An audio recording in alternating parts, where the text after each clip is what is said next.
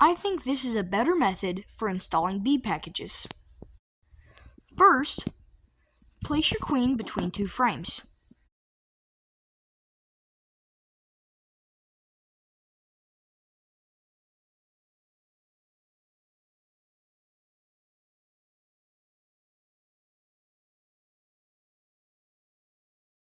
Next, place an empty deep on the top of your hive.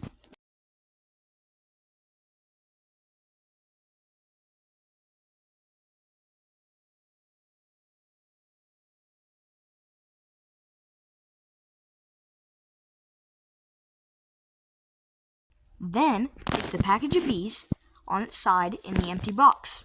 Remove the syrup can to release the bees.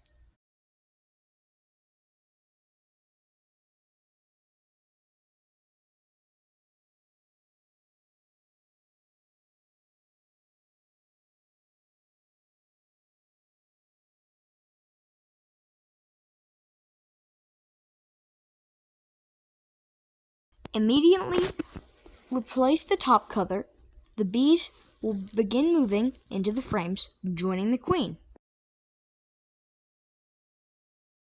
Return and move the box at a later time.